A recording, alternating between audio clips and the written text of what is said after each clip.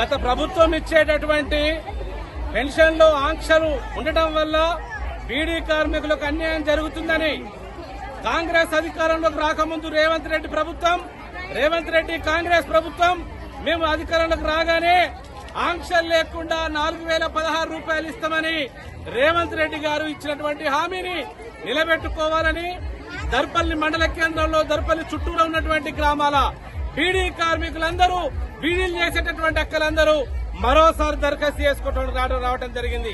అయ్యా, ఈ రోజు పెరిగిన ధరలకు అనుగుణంగా 4000 రూపాయలు అత్యవసరమైన మీ ప్రభుత్వం ఆ రోజు భావించి మీరు చెప్పినటువంటి మాటని ఇంకా నిలబెట్టుకోకపోవడానికి కారణం ఏమిటి అని ప్రశ్నిస్తా ఉన్నాం.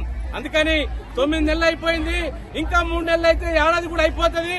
అధికారంలోకి వచ్చి 3 నెలల్లో ఇస్తామని చెప్పినటువంటి మాట ఇయ్యాలటికి 9 నెలలు గడిచిపోయింది.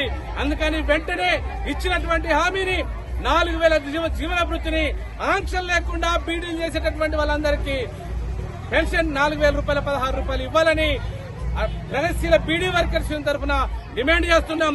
ఒకవేళ కనుక నువ్వు జీవన వృత్తిని ఇవ్వకపోతే మొత్తం ఈ రాష్ట్రంలో ఉన్నటువంటి 7.5 లక్షల మంది బీడీ కార్మికులందరూ మీ సచివాలయానికి వచ్చి మీ అసెంబ్లీకి వచ్చి ముట్టడించి గత ప్రభుత్వానికి పట్టినటువంటి గతే పడుతుందని హెచ్చరించి రావాల్సి వస్తుందని కూడా ఈ సందర్భంగా తెలియజేస్తున్నాం.